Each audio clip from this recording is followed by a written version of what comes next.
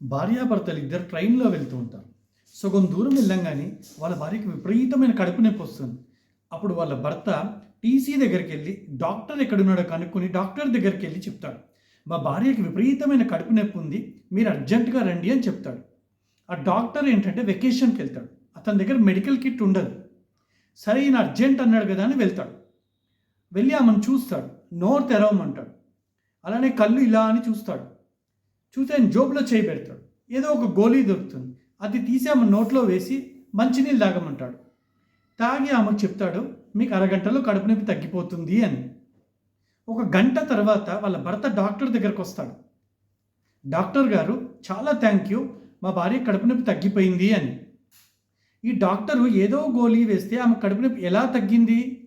ఎందుకంటే ఆమె గోళీ వేసుకున్నప్పుడు నమ్మింది, ఇది వేసుకుంటే నాకు కడుపు నొప్పి తగ్గిపోతుందని.